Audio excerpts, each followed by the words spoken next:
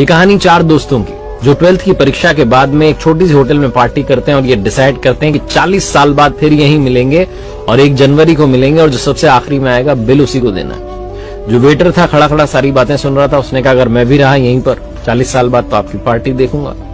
40 साल बाद पहला दोस्त पहुंचता है उस होटल में जो कि 5 स्टार होटल बन चुकी थी। वो वेटर मालिक बन चुका था।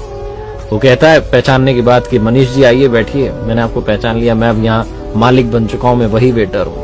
मनीष कहता है क्या बात है। दूसरा दोस्त आता है संतोष। मनीष की बातचीत चलती है कि बिजनेस जो है ग्रो कर गया है, सब कुछ अच्छा चल रहा है, दोनों अपनी अपनी बातें शेयर करते हैं। तीसरा भी आ जाता है, लेकिन चौथा प्रवीण नहीं आता है।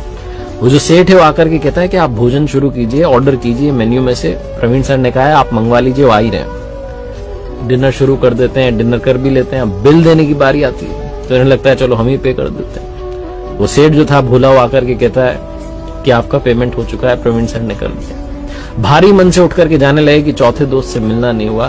तभी एक सरकारी गाड़ी आती है, एक बंदा उसमें से उतरता है और लड़का आकर के तीनों को प्रणाम करके कहता है नमस्ते अंकल, मेरे पिताजी टीचर बन गए थे, मुझे कलेक्टर बनने के काबिल कर दिया और वो 1 महीने पहले ये दुनिया छोड़कर चले गए। उन्होंने मुझसे कहा था कि जब वो तीनों पार्टी खत्म कर दें उसके बाद जाना और पेमेंट वगैरह कर देना।